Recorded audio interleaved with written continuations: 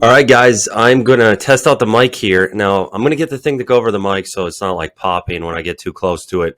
But we're going to see how Loom goes again because Loom is more clear than OBS as far as the screen recording. So I know I'm not as big on the screen, but we're going to give this a whirl, see how it goes. Hopefully there's not too much popping sound with the mic. Appreciate the support, guys. Like, holy smokes, the channel has grown tremendously. You know, I've got the goal right now, 100K subscribers in 100 days. So that's going to take about 200 subscribers a day.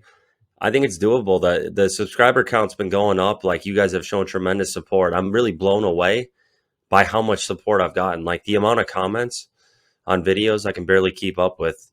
And like the stuff everybody's saying is 100% positive. I've just blown away. Like, I'm pretty much taking this with the same kind of like work ethic I used in as far as lifting, as far as powerlifting over the years. So things are going great, and I'm going to keep pushing the channel. So it's really motivating to hear the feedback, how positive it's been, and then as well to like, you know, just see how much it's grown in just 2 weeks. I've been doing this now 2 weeks with the twice daily videos, and things are just taking off. So hopefully you guys like the channel upgrades. It's a little more clear.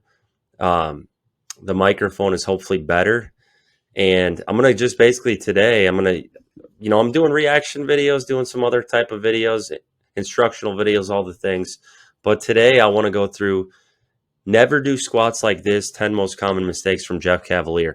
I really haven't seen a lot of ATHLEAN-X videos. I haven't seen this one. I don't know. I know he's controversial. I don't know exactly why.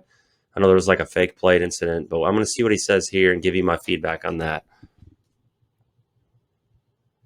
What's up, guys? It's Cavaliere, ATHLEAN-X.com. By the end of today's video, I want to help you to squat and squat better. You see, most often the things that you get wrong in a squat, you're not even aware of. I identified 10 of the most common mistakes that people make when they're squatting, and I'm going to make sure that we fix them today. So with that being said, let's start breaking them down one by one. Now, before you go say, but Jeff, I can't squat because when I do, my knees hurt, or my back hurts, or insert body part hurts. The good news is there's always a variation of a squat that you can perform, and even better news is that most everything I'm showing you here in this video is going to apply no matter what version of the squat you choose. So whatever. You know, that's pretty good advice in all honesty. I have a lot of hip issues and a lot of back issues, and there are variations that feel much better for me. So like a typical back squat does not feel good at all. I have lateral hip insertions as far as my femurs. My femurs attach on the side, whereas most people who do really well with squat, their femurs attach in the front. And I just have weird shaped hip sockets. So my bones, I get, FAI, which is femoral acetabular impingement. It's basically a fancy word for hip impingement. And my bones grind into each other. So I have that issue. So back squats aren't great for me, but things like Bulgarian split squats are fantastic. Like, I see a lot of success with those. And even front squats are a little easier for me. And then also box squats, higher box squats from about 18 inches. So there are squat variations I can do without all the pain, but certain ones aren't for everybody because everyone's built very differently. Version of the squat you pick, the first big mistake is, how wide are your feet? Are you a narrow squatter, a shoulder width squatter, or an extra wide squatter? And again, how would you even know? If you want to perform the best squat, you got to know, and for that, I have a way to help you with the stance finder. And all you have to do is lay on your back and simply pull your knees up towards your chest and try to find the point that allows for the most hip flexion without causing an excessive rounding on the low back, because you don't want that at the bottom of the squat. So you simply just kind of pull up on your legs and find that comfortable spot. Maybe narrow feels better for you. Maybe rotating your hips out a little bit allows you for that deeper hip flexion and feels more comfortable. Once you find that spot, you just want to line your lower legs up with your femurs. Simply stand up. And then from there, just tweak your stance an inch or so in or out to make it feel absolutely comfortable. And of course, that's pretty good advice, because I would say the best way to do that actually would just be stand in place like he's having him do here. I don't think you even need to like lay on the ground or anything. Just feel your stance out. You're going to know. Squat stance is so individual. Some guys can go more narrow, and those are generally the people whose femurs attach in the front. If your femurs attached more on the side laterally, you're going to have to kind of squat wider. So I have to squat with a very wide stance because I have the hip impingement and my femur jams right into the hip bone, the hip socket. So just basically stand in place and feel around as far as stance. Some guys go crazy wide. Some guys do better narrow. Some guys do better with their toes pointed more straight ahead, and some guys do better with their toes angled out. It's just personal preference. Squat is probably the most individualized of all three lifts as far as the form, truthfully. Squat down and reinforce that you've chosen the right squat width. All right, so now I mentioned fine tuning. What that means is, what are you going to do now with your feet? Are you going to point them out a little bit or maybe turn them in a little bit? Well, it's pretty generally accepted that a little bit of outward rotation of the foot is going to create more room inside the hip joint when you go deeper, and also to get a better job of recruiting the adductors at the bottom of the squat to help you to power back up. But if you forget to move the rest of your leg in addition to your foot, you're asking for problems, mostly because you're creating torque issues here at the knee. See, if you turn your foot out and you leave your knees straight ahead and you move them forward, you can get a disruption of that tracking, creating a whole mess of problems here for the patella. So what I say is, stop worrying about rotating your feet and instead worry about rotating your knees. If you move your knees out, your foot will come with it, as will the hip. I mean, I feel like that's pretty good advice, but I do feel like, you know, if you point your feet out, everything else is going to fall into place. So I think he's overthinking this to some degree. I agree with what he's saying, but I don't even think you necessarily need to cue the knees out. If you put your feet angled out, generally the rest of your body's going to follow. But if you do have issues with that as far as knee valgus, knee cave, you can pull like a hip circle or even a band around your knees and drive out against them, and that will help. So pretty good advice so far. Honestly, I agree with just about everything he's saying.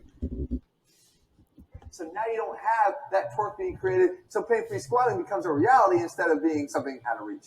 Mistake number 3 that you're making is you're too obsessed with not allowing your knees to go past your toes when you squat. Maybe you heard it before, but the problem is you have to if you're going to get to proper depth. And the reason for that is because we need that lower leg to be able to go forward if we're going to maintain proper mechanics of the squat. You see, when we're going down, we can't lift our foot off the ground to create the dorsiflexion needed to get a deeper squat because our foot has to stay in contact with the ground. But we can create dorsiflexion by allowing that tibia to move forward in relation to the foot. And in order to do that, it's going to have to track more and more forward, again, towards your toes. Guys, it's unavoidable. Just let it happen naturally. And if you do, your squats will not only feel better, but you're going to have better mechanics up and down. Mistake number 4. Again, I mean, I can't disagree with that. Spot on. The knees, obviously, this has been beaten like a dead horse with knees over toes guy, but the knees have to track over the toes for you to get to depth. This whole like vertical shin thing started with West Side Barbell when they were doing box squats with the crazy wide stances. So that's kind of like not applicable to most people. If you're doing like a high or even parallel box squat with like a super wide stance and your feet way out, like, yeah, you can do a vertical shin, so to speak, and sit back. That's why you always hear the cue of like sit back on a squat, which doesn't apply to free squats. So yeah, the ankle is going to have to be in dorsiflexion, which is going to drive the knees over the toes. So that's completely normal. Squatting is not keeping the chest and the pelvis linked throughout the exercise. Not only does this create a more inefficient and less powerful squat, but it also leads directly to the squat morning. We know how ugly this can be, and it's also quite bad for your back. You can avoid this, however, by just simply thinking about the chest and the pelvis as one unit and moving them in space at the same time. It's quite simple because these are pretty big moving targets and pretty easy to control. It becomes most challenging at the bottom of the squat, where there's a tendency to allow the hips to move first, thereby breaking that link between the two. However, if you do this and do it right, not only does this lead to, as I said, a more efficient squat, but one with a straighter bar path. And a straight bar path is a good squat and one you're going to want to try to emulate every time you get onto the bar. Interestingly, what? Okay, so this is the first thing I semi-disagree with him on. Like, I get his point, but the reason most people tilt forward, as I have vast experience with this, is because they're doing a high bar position where their leverages aren't as good. So your leverages aren't as good with high bar. So low bar is going to put you in a much more optimal position as far as not having that forward lean and that cave or that tilting forward. So it's more of a strength issue because most people have a much stronger lower back than quads. That's why you see that. Their quads start to give out, their low back starts to take over, they pitch forward. So I get what he's saying. It does make sense, but it's not for the reasons he thinks people. It's not from improper bracing. It's more so because most people have a stronger low back than quads, and with high bar, they are going to tilt forward as the weight gets heavier. Because when you're teaching this stuff, and someone mentioned this in one of the other videos, When you're teaching form with like 135, of course it's going to be perfect. Nothing's going to break down. That's why people need to do these form videos with like legit weight, because I can make everything look perfect with one plate on the bar, sure, even two plates. But when you start throwing some serious weight on, the breakdown's going to happen. That guy could think about that as much as he wants, but if he puts 405, 455 on the bar, he's probably going to start pitching to some degree with high bar. So that's why you got to make these. I mean, these videos have to be made with heavier weight, the tutorial type stuff, because this stuff just doesn't apply once the weight gets heavy. So that's why I made the deadlift tutorial video with 485, because that's like a weight where you're going to see some issues if you're, it's not the same as doing it with like 135 pounds. People need to do heavier weight on these tutorials so it's more applicable.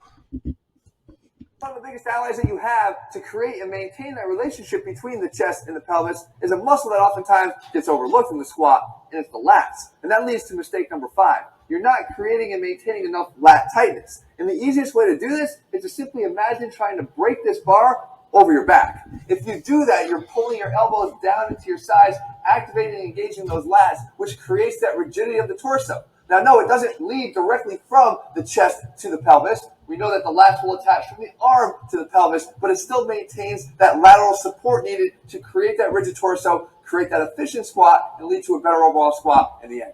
And so squat mistake. As far as the lats thing, I think if you're pulling down, just like we talked about, you're tucking down with your shoulders to tighten your lats, that's fine. I wouldn't flare the lats. So I'm not sure which he's mainly talking about, but that is a good cue. I just wouldn't flare the lats, because if you flare the lats, you're going to create a ton of torque on your forearms and your brachialis.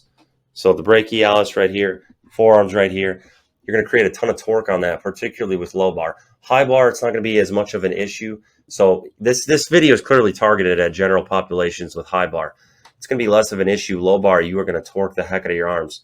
So I like to bend the wrist back to take some pressure off the forearms with low bar, and take pressure off the brachialis, and that'll put you in a more stable position. But if you really try to flare your lats, you're going to put a ton of pressure on your arms.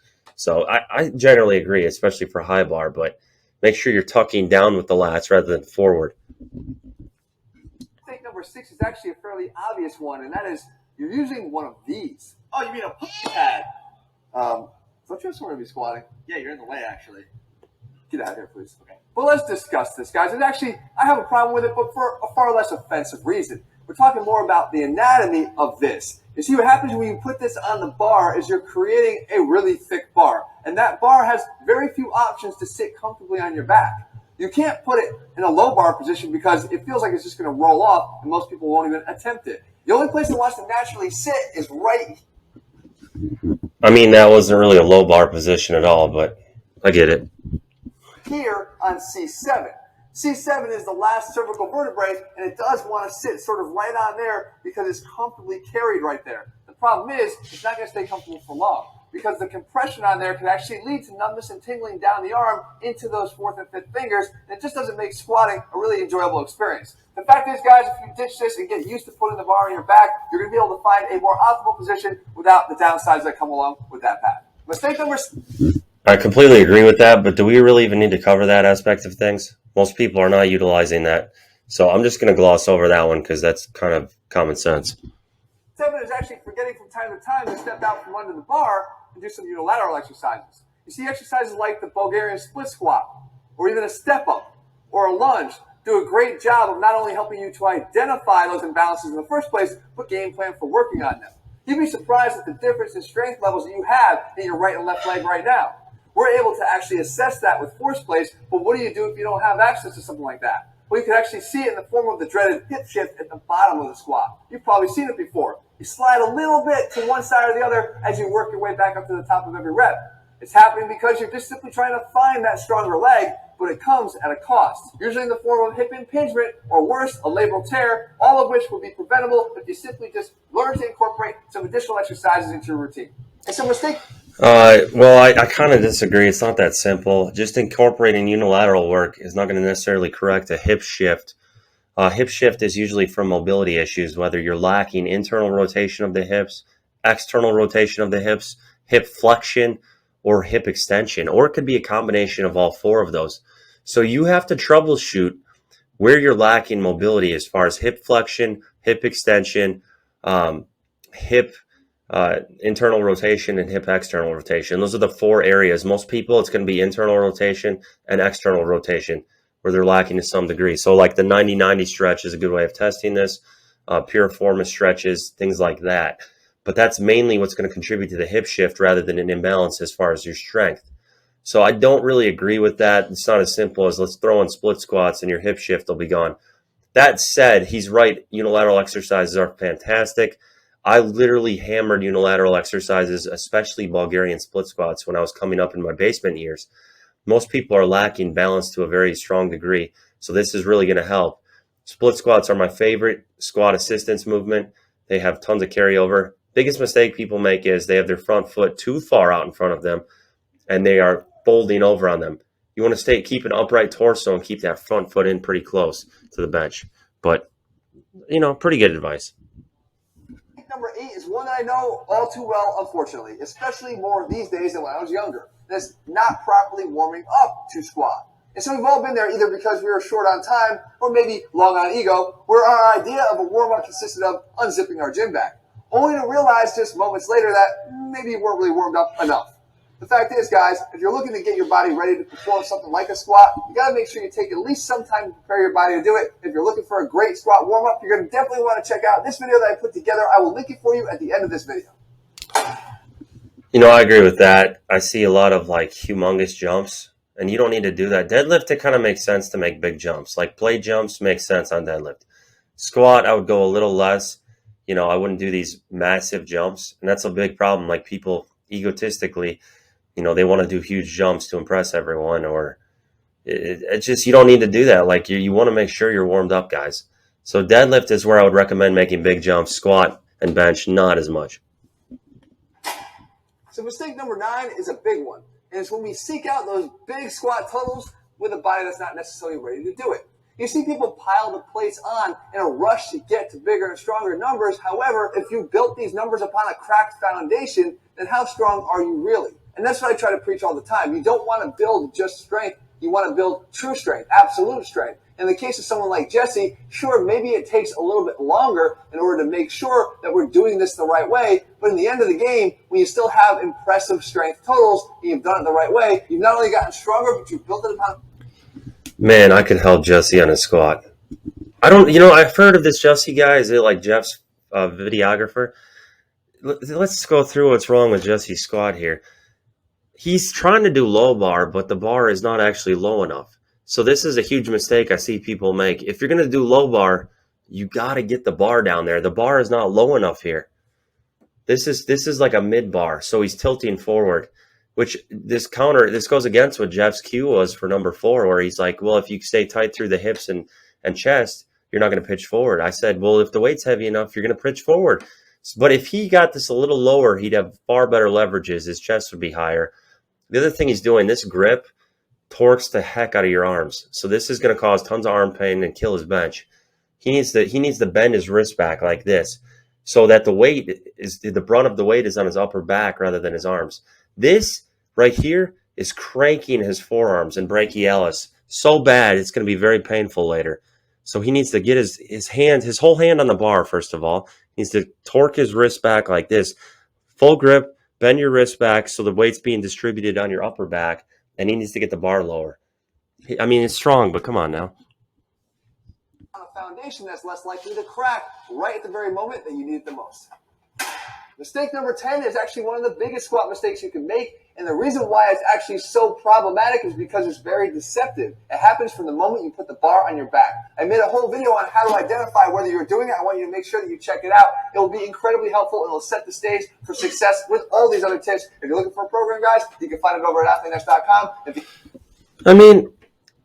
Jeff Cavalier, I don't understand the hate necessarily, because a lot of this, I don't know much about him. I should preface things with that. But a lot of this was good advice. There's just a few things that were a little misguided, or I don't necessarily agree with. But overall, these are solid videos. Like for the general population, this is good advice.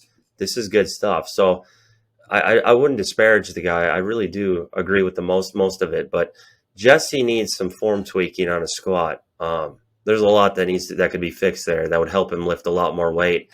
And some of this stuff is a little too dumbed down. Like, it's not, but I understand it's for the general population. So if you guys like this video, give it a thumbs up, subscribe, comment for the sake of the algorithm. The channel's blowing up. I owe all that thanks to you, truthfully, like you guys have done to help me. You've blown the channel up. So I want to keep it going. I'll keep the content coming, and I hope you appreciate the content, and I appreciate you, and we got a good symbiotic relationship. So thanks, guys.